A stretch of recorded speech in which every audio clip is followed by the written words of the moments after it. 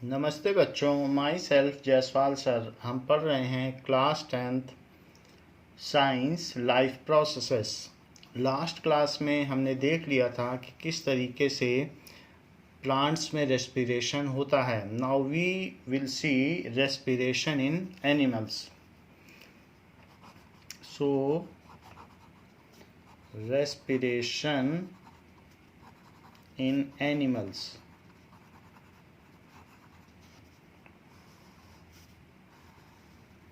So in small animals, in unicellular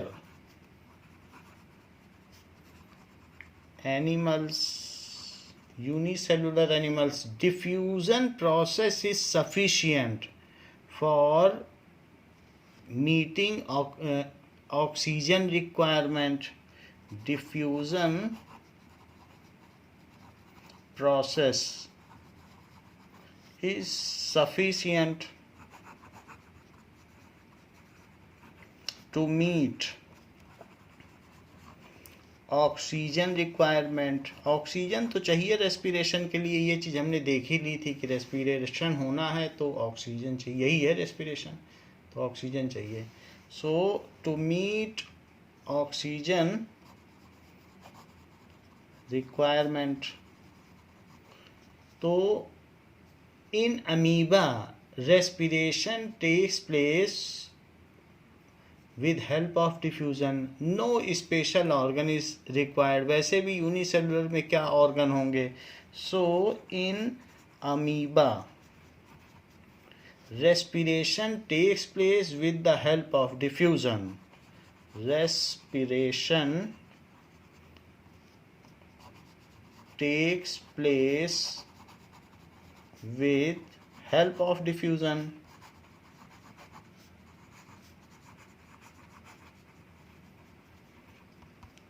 ऐसा होता है जैसे कि आउटर एटमॉस्फेयर में, ये अमीबा है तो आउटर एटमॉस्फेयर में O2 ज़्यादा है, so the excess of O2 get diffused in, बाहर आउटर में, आउटर एटमॉस्फेयर में concentration of O2 is more, so it get diffused inside the amoeba unicellular cell.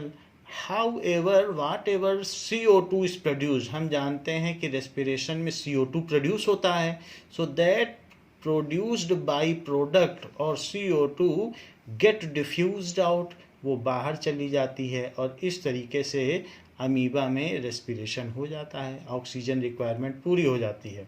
However, there are some small animals, then also respiratory organs are not needed. जैसे छोटे छोटे animals हैं तो उनमें भी respiratory organ नहीं चाहिए। जरा यहाँ देखें कि ये ग्रास होपर है, टिड्डा, तो इसकी बॉडी में छोटे छोटे ये ट्रैकिया पाए जाते हैं, that is known as spiracles, that is holes. जैसे स्ट्रोमेटा होता है वैसे ही इसकी बॉडी में स्मॉलर होल्स होते हैं, और यही होल्स हैं ये आउटसाइड बॉडी, यही आगे चल के ब्रांच्ड हो जाते हैं, जिसको कि मैं ट्रैकिया बोल रहा हूँ, यही आगे चल कर ट्रैकी होल्स हो जाते हैं।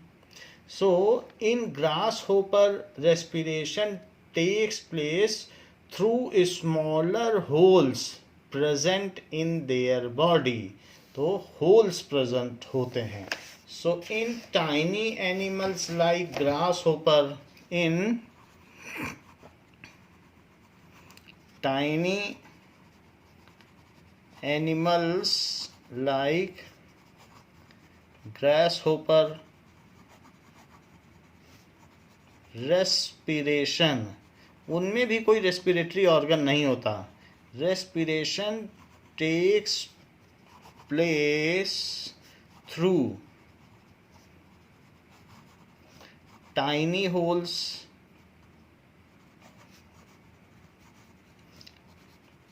Called trachea. उसको क्या कहेंगे? ट्रैकिया।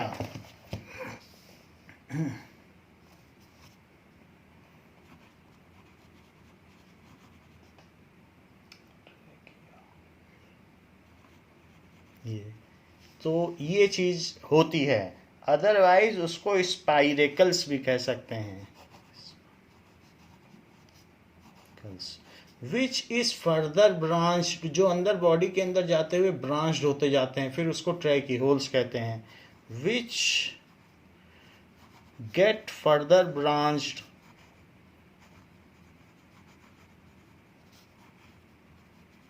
जिससे कि बॉडी के अंदर सब जगह एयर पहुंच सके, ब्रांच कॉल्ड ट्रैकीहोल्स।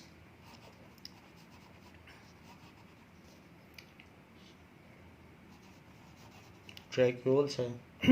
ये तो बात हो गई कि ग्रास होपर जैसे छोटे एनिमल्स में किस तरीके से रेस्पिरेशन होता है।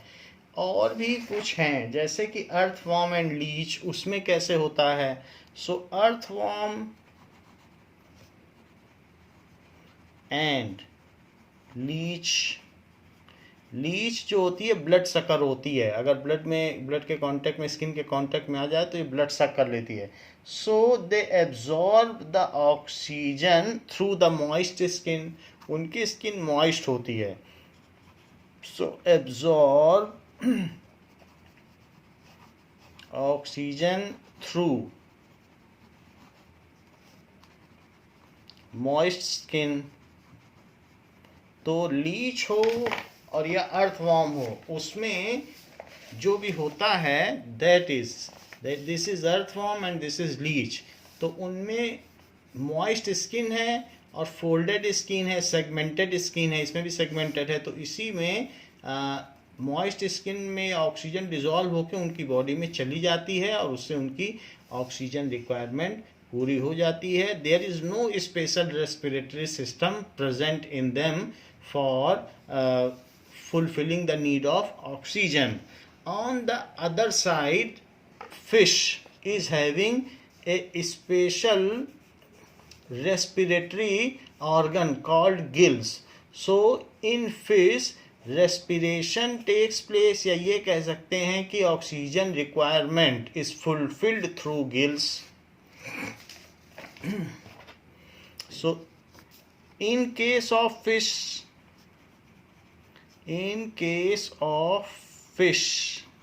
उनमें भी लंग्स नहीं होते हैं। So oxygen requirement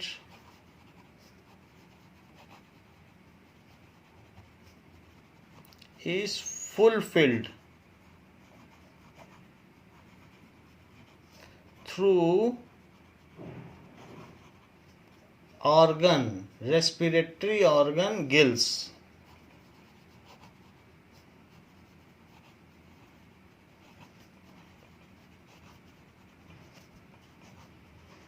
Gills. So they continuously suck in water and through gills they diffuse the dissolved oxygen in water within their body.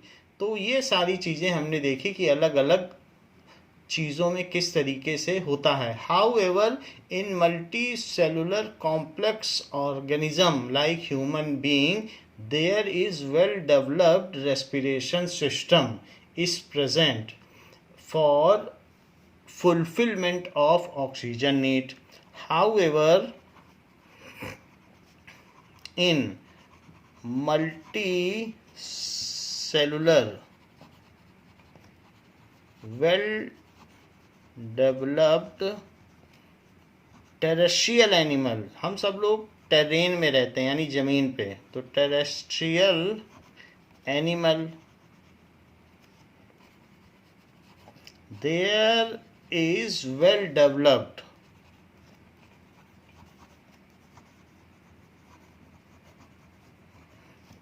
Respiratory system, जिसमें लंग्स भी आता है। Respiratory system is present to fulfill oxygen need या for exchange of gases.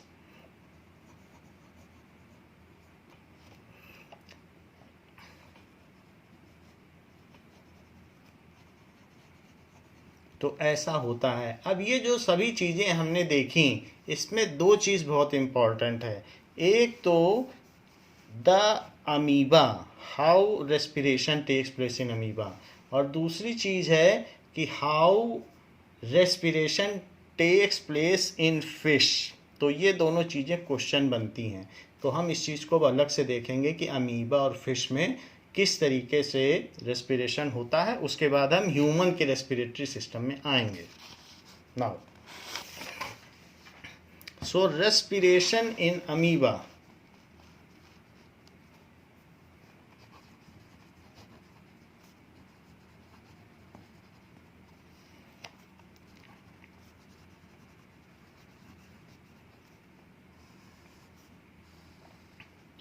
amoeba is unicellular eukaryotic animal of kingdom Protista. Amoeba is unicellular eukaryotic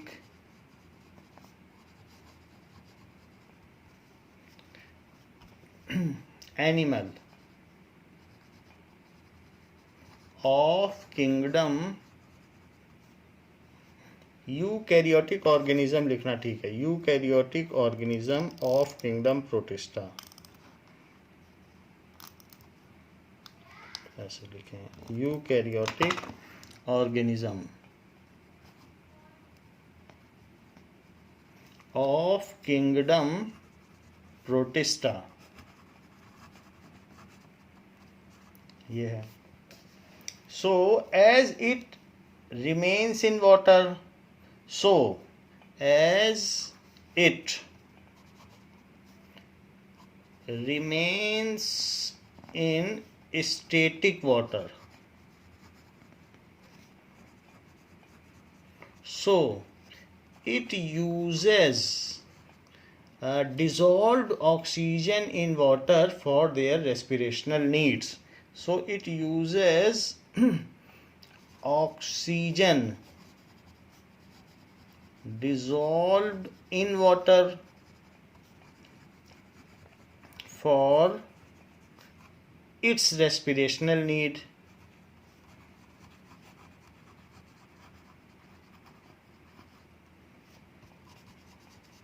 जैसे कि this is amoeba and it is nuclei along with some other organelles, इसमें कुछ और भी organelles present होंगे, and as it is present in oxygen, ये water, ये water में present है इस तरीके से। So outside water there is abundance of oxygen, पानी के बाहर O2 बहुत ज़्यादा है और अंदर O2 थोड़ा सा है, तो इसलिए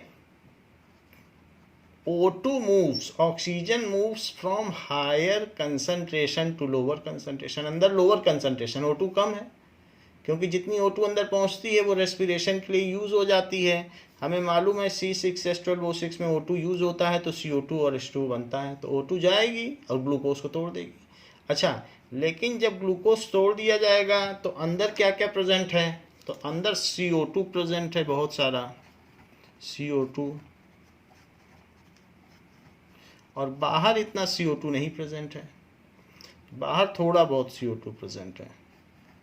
सो इसलिए, और अंदर बहुत ज़्यादा CO2 प्रेजेंट है, so CO2 moves from inside to outside, क्योंकि डिफ्यूज़न वो प्रोसेस है जिसमें कोई भी चीज़ हायर कंसंट्रेशन से लोअर कंसंट्रेशन पहुंचती है, तो बाहर से ऑक्सीजन अंदर जाती है और अंदर से CO2 बाहर आती है। चूंकि it is unicellular, so its all surface is in contact with atmosphere या outer surrounding, so diffusion process though it is slow is sufficient to meet its respirational needs. तो ये हमने आपको बता दिया कि रेस्पिरेशनल नीड के लिए वो पानी में घुली हुई ऑक्सीजन का इस्तेमाल करता है। So outside amoeba concentration of O2, concentration of O2 in water is more, so it get diffused inside amoeba में चला जाता है.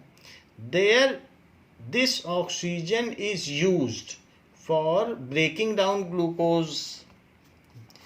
There this oxygen is used for breaking down glucose.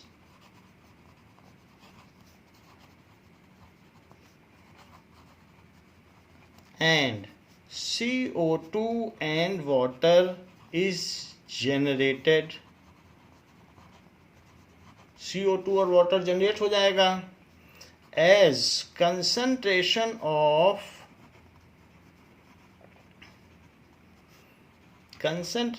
CO2 inside amoeba is more than outside,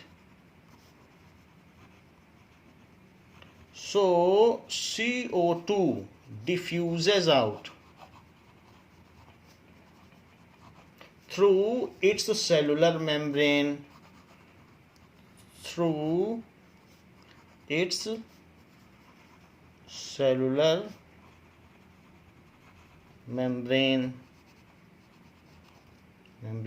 Though diffusion is a slow process, but it is sufficient to meet the respirational requirement of amoeba.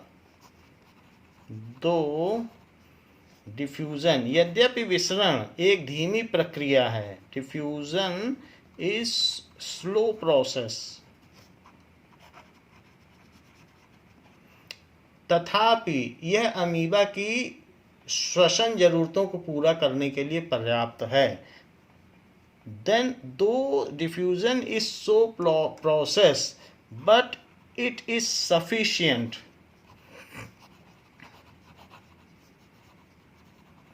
to fulfill respirational needs of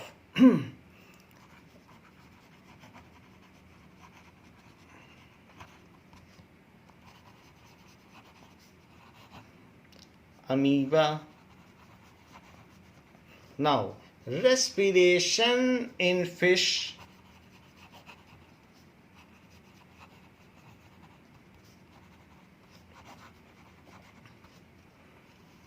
So, fish में किस तरीके से respiration होता है ये भी देखें.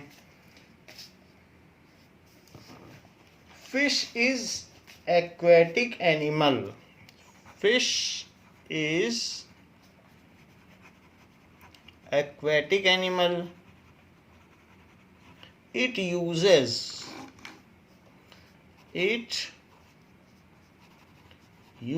oxygen dissolved in water for its respirational need. Oxygen dissolved in water for its respirational needs. Oxygen की जो सॉल्युबिलिटी है वो वाटर में बहुत थोड़ी है. ऑक्सीजन ज़्यादा सॉल्युबल नहीं है. यानी कि आप ये समझ लीजिए कि सॉल्युबिलिटी ऑफ ऑक्सीजन की अगर बात की जाए तो 0.0000012 litre O2 is soluble in 1 litre water. इतनी सॉल्युबिलिटी है. और जबकि अगर हम देखें तो CO2 की अगर हम सॉल्युबिलिटी देखें तो 0.015 litre CO2 is soluble in 1 litre water. अगर हम HCl की सॉल्युबिलिटी देखें तो 529 litre HCl gas is soluble in 1 litre water. अगर हम अमोनिया की सॉल्युबिलिटी देखें तो 819 litre ammonia NH3 is soluble in 1 litre water. तो आप इससे कंपेयर कर सकते हैं कि ऑक्सीजन कितनी कम सॉल्युबल है।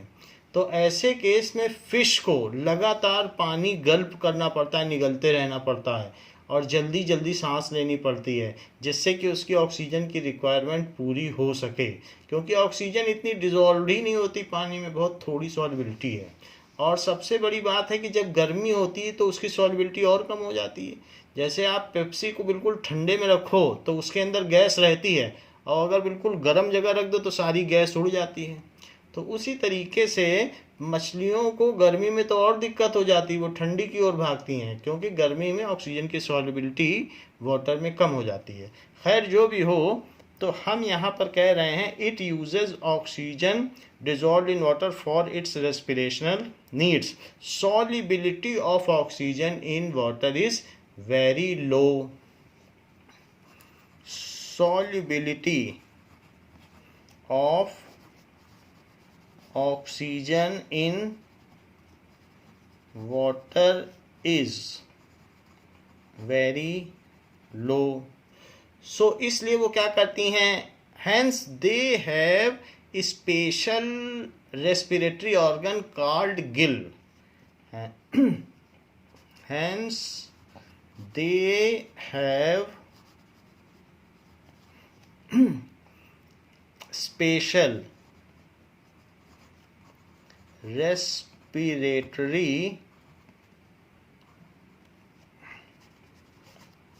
organ called gill। ठीक है, which is covered with gill flap, which is covered with Gill flap. जरा देखें ये किस तरीके का ऑर्गन है और कैसे ये गिल फ्लैप से कवर रहता है। नाउ जो फिश होती हैं तो फिश में इस तरीके का कुछ सिस्टम होता है गिल का। तो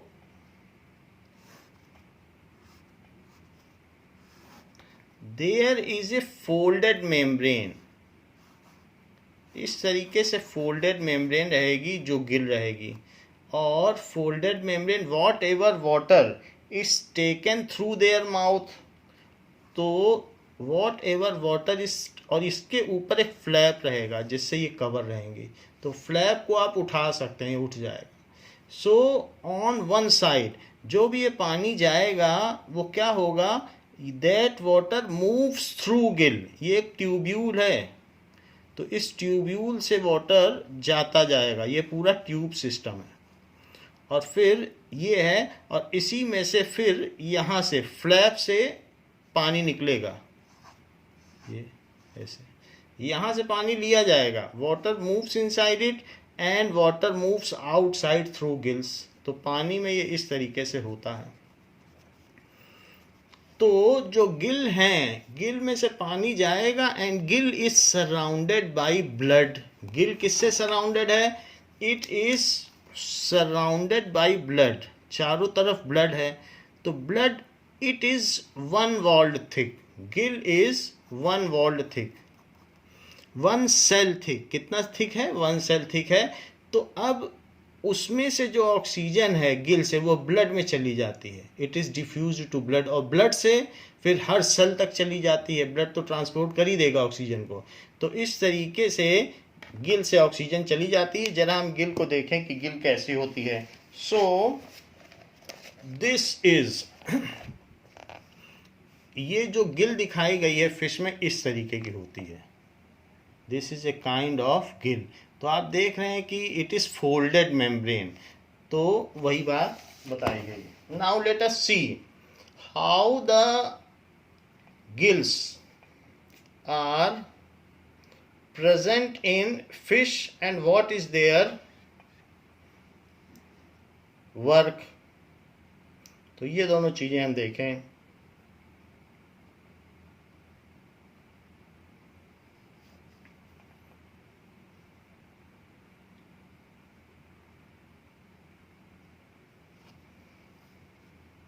ये How do fish breathe? इस तरीके से।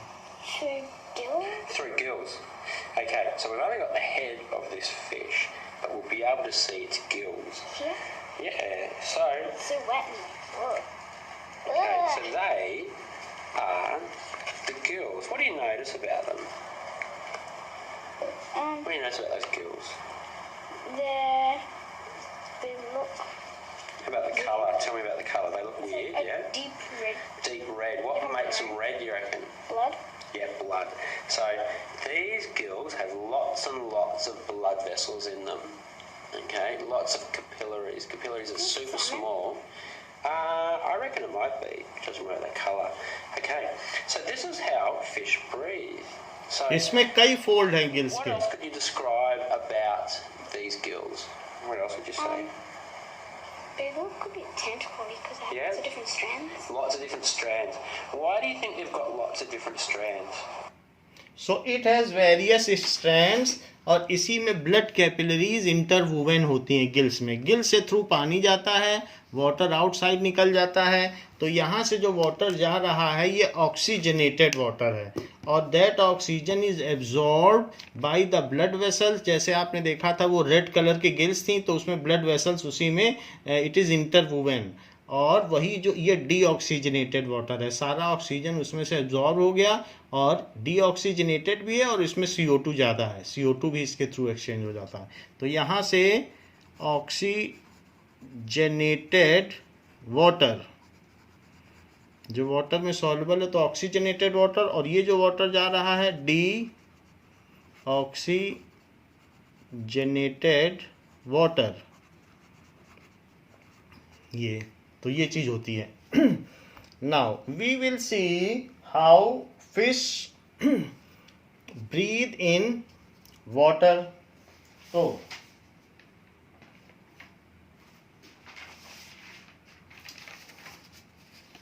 Gill is covered with gill flap, तो हम इसके नाम लिख दें, this is gill and this is gill flap, ये दो चीजें हैं। So fish suck in water from their mouth, in water from their mouth. This water moves through this water moves through multi-folded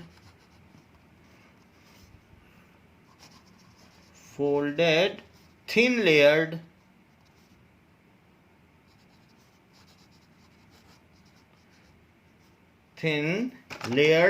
gills,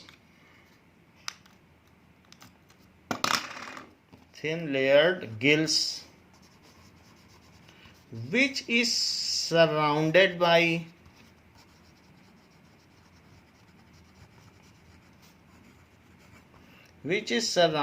by blood vessels.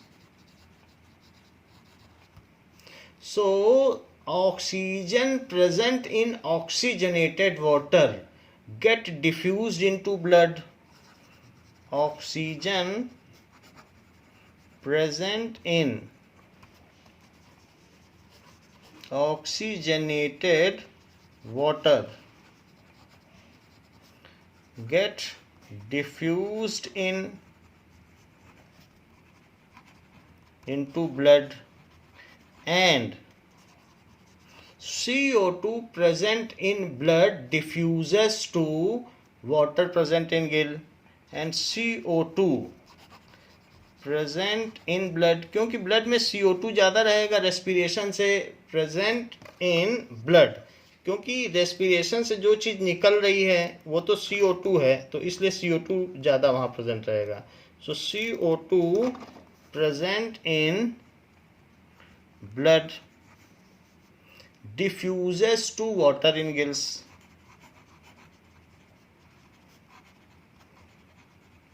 Water in gills. Now this water comes out through gills flap.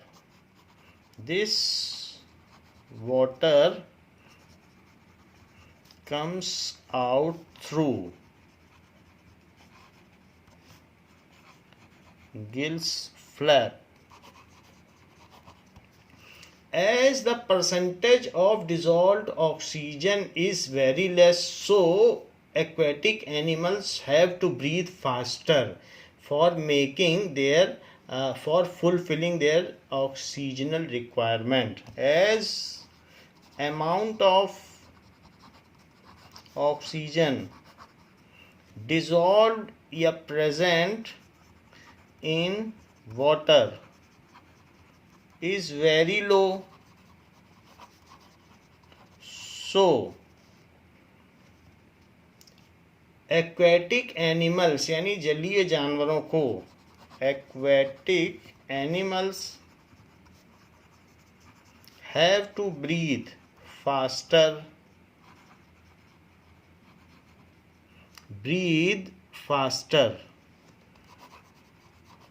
जैसे वो breathe in करते हैं तो वैसे वैसे पानी जाता है, ऐसे नहीं कि लगातार ऐसे अपने मन से आता जा रहा है। ब्रीद इन में वो पानी सक करते हैं, उनका ब्रीदिंग इनका मतलब है पानी सक करना।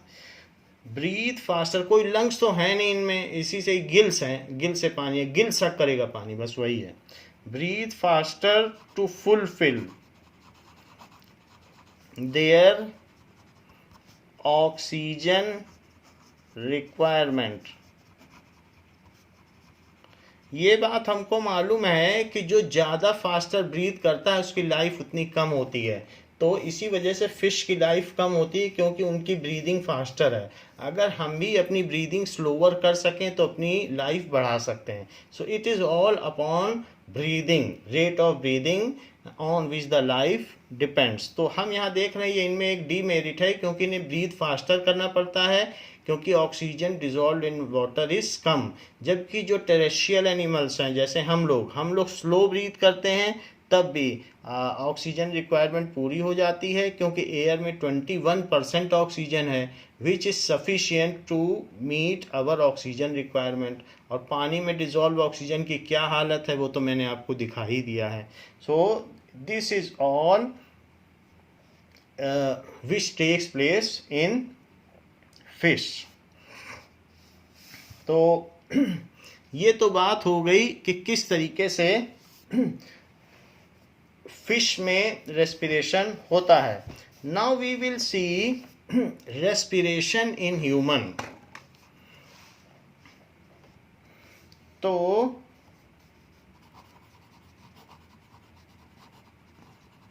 रेस्पिरेशन इन ह्यूमन, तो रेस्पिरेशन इन ह्यूमन में क्या क्या चीज़ें होती हैं? दो चीज़ तो होती है कि we inhale oxygen through breathing in process and exhale CO2 from breathing out process. We inhale oxygen by breathing in process,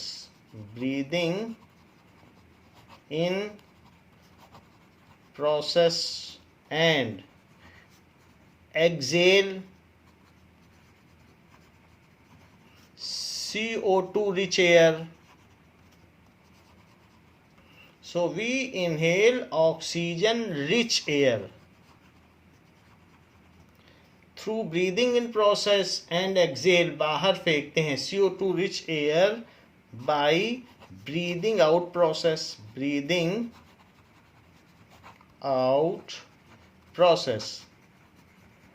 तो ये दो प्रोसेस हैं।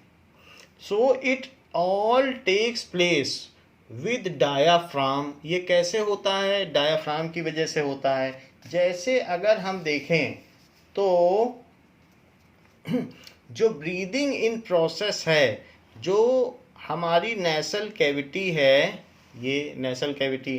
फिर इसके बाद ये ट्रैकिया है जो कि विंड पाइप है, दिस इज ट्रैकिया, ठीक है। फिर वो ट्रैकिया जो है ब्रोंकाई में टूट जाता है, so these are the bronchi. So bronchi, दो ब्रोंकस एक को कहेंगे, दो को ब्रोंकाई कहेंगे। और फिर इसमें लंग्स है।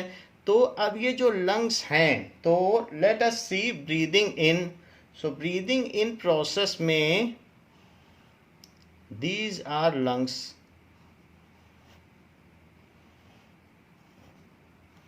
These are lungs. तो अगर एयर इन आ रही है, एयर इन, तो एयर इन कब आएगी? जबकि जो डायाफ्राम होगा, तो डायाफ्राम जब नीचे होगा तो एयर अंदर आ रही है, तो एयर इसके अंदर आती चली जा रही है। और ये इसका जो साइज होगा वो कैसा होगा? सो लंग्स आर, तो ये जो है एक्सपेंडेड, लंग्स एक्सपेंडेड होंगे, फूले हुए होंगे ब्रीदिंग इन प्रोसेस में। और इसके अलावा जो इसके चारों ओर रिब केज है वो कैसा होगा? भाई रिब केज भी होता है,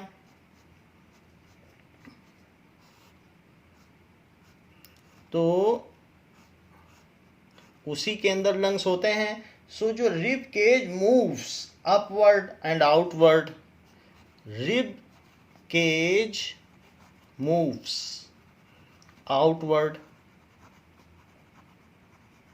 और ये जो डायाफ्राम है ये नीचे आ जाता है, डायाफ्राम मूव्स डाउनवर्ड।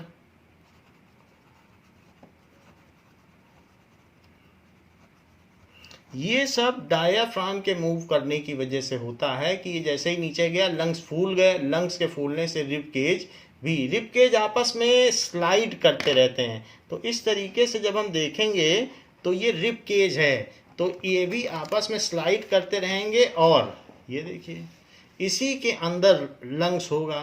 तो यहाँ पर अगर आप देखेंगे तो इसी के अंदर, this is the thoracic cavity, यही थोरासिक कैविटी है जिसमें कि लंग्स रहेंगे। और ये रिब्स स्लाइड करते रहते हैं, मूवेबल हैं। और ये रिब जॉइंट है, ये रिब जॉइंट, तो रिब जॉइंट है, यहीं से ये फैलते, ये चेस्ट एक्सपेंशन होता है और कंप्रेशन होता है। तो इसमें कम से कम 5 सेंटीमीटर का एक्सपेंशन तो होना ही चाहिए। ब्रीदिंग इन और ब्रीदिंग आउट के बीच में 5 सेंटीमीटर का डिफरेंस होना चाहिए अगर सेना में भर्ती चाहिए। और बाकी ये ज़्यादा से ज़्यादा 10 और 12 सेंटीमीटर तक का भी होता है। तो this is the rib cage जिसमें कि ये चीज़ रखी रहती है। अब देख लें कि अगर हम बात करें डायाफ्राम की, तो ये आप ये देखो, ये डायाफ्राम है, ये वाली चीज़, दिस इज डायाफ्राम।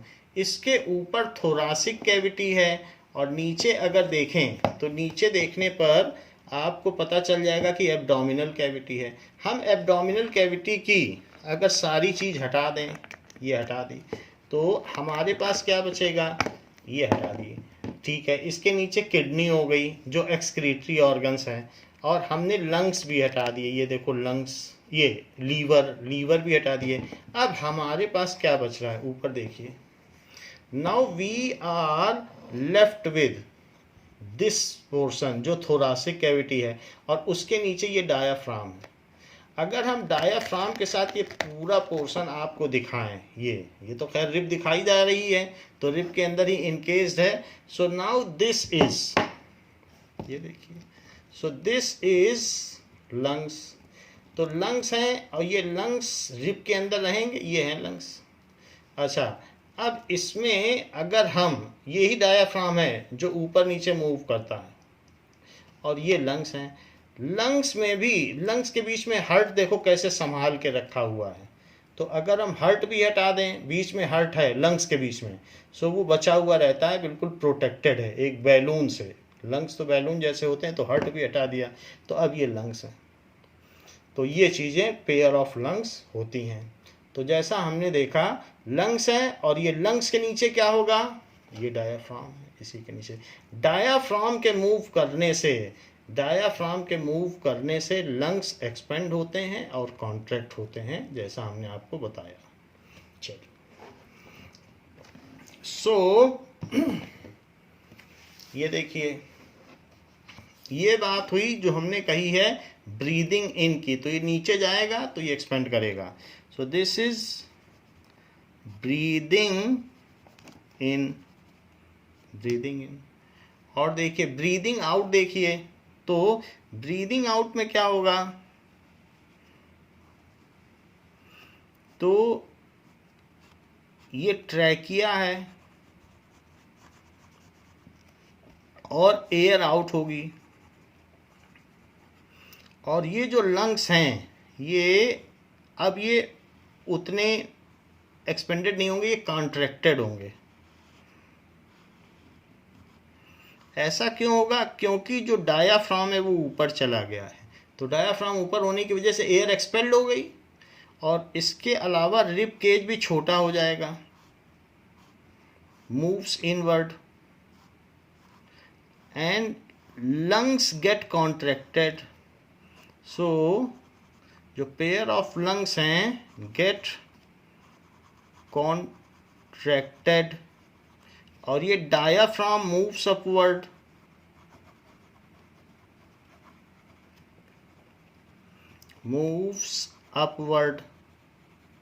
और ये एयर इज आउट। तो जितनी भी इसमें एयर कैपेसिटी होती है उसकी 20% आउट हो जाती है, 80% रिमेनेंट एयर इसी के अंदर रहती है। और जो रिब्स हैं, सो ribs moves inward.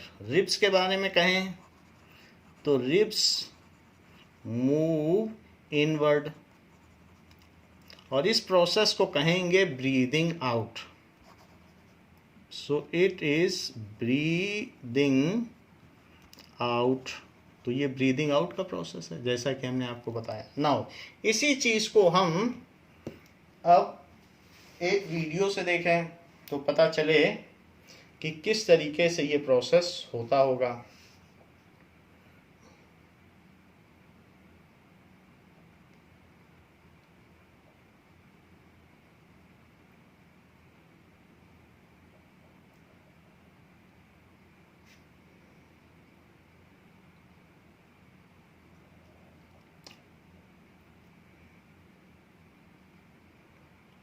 Now see, इसमें हम देख सकते हैं कि लंग्स किस तरीके से काम कर रहा है। एक है, दो लंग्स हैं, एक सिगरेट पीने वाले का लंग्स है और एक हेल्दी लंग्स है। तो इन दोनों में हम डिफरेंस देखें।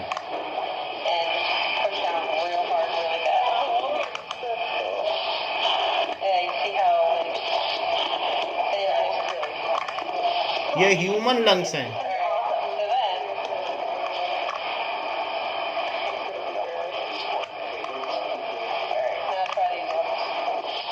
ये टॉक्सिक लंग्स हैं, टॉक्सिक हैं सिगरेट पीने वाले का।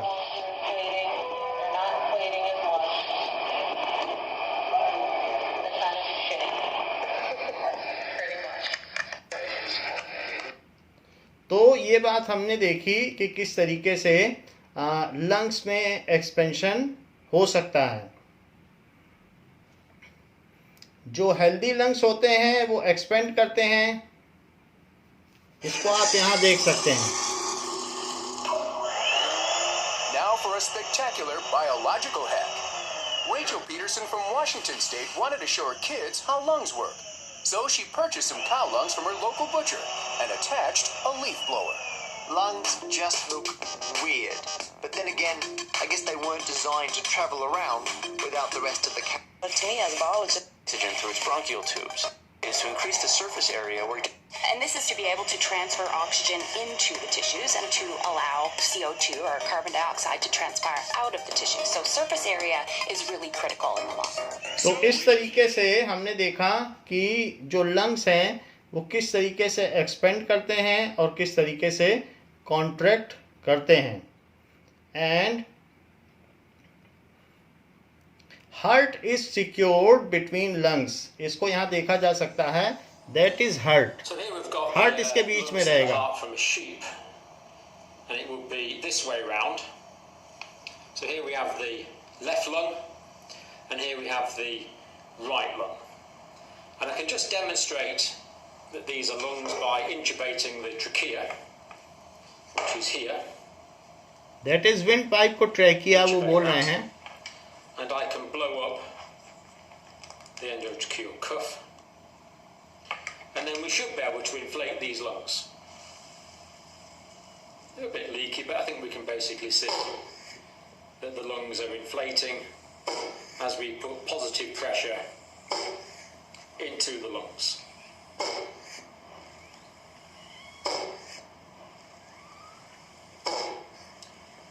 I just want to. So look at in some this aspects way of we it. have seen that how lungs inflate.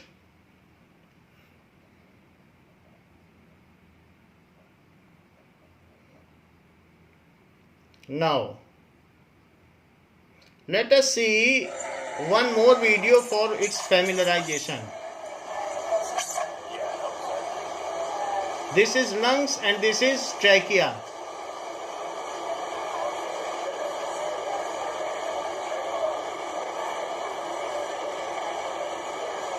जिसमें वो पाइप लगा रहे हैं. Well, on yours, because we still have a good chunk of the larynx there. On other people's, this has been cut. This is kind of like the larynx voice box. So there's a lot of cartilage here. On other people, it's been cut like a little further down, so it's much easier to get in there.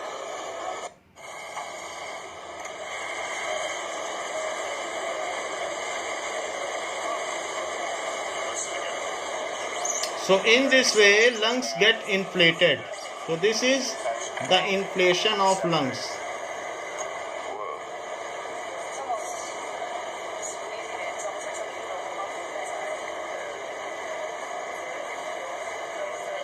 It's like a, is it bubble wrap?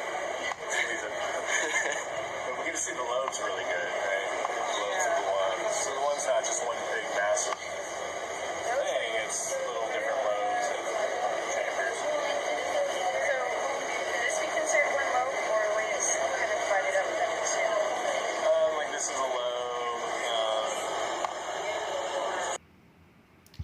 तो बच्चों इस class के लिए इतना ही. इसके आगे हम next class में पढ़ेंगे respiration in human being. Thank you बच्चों.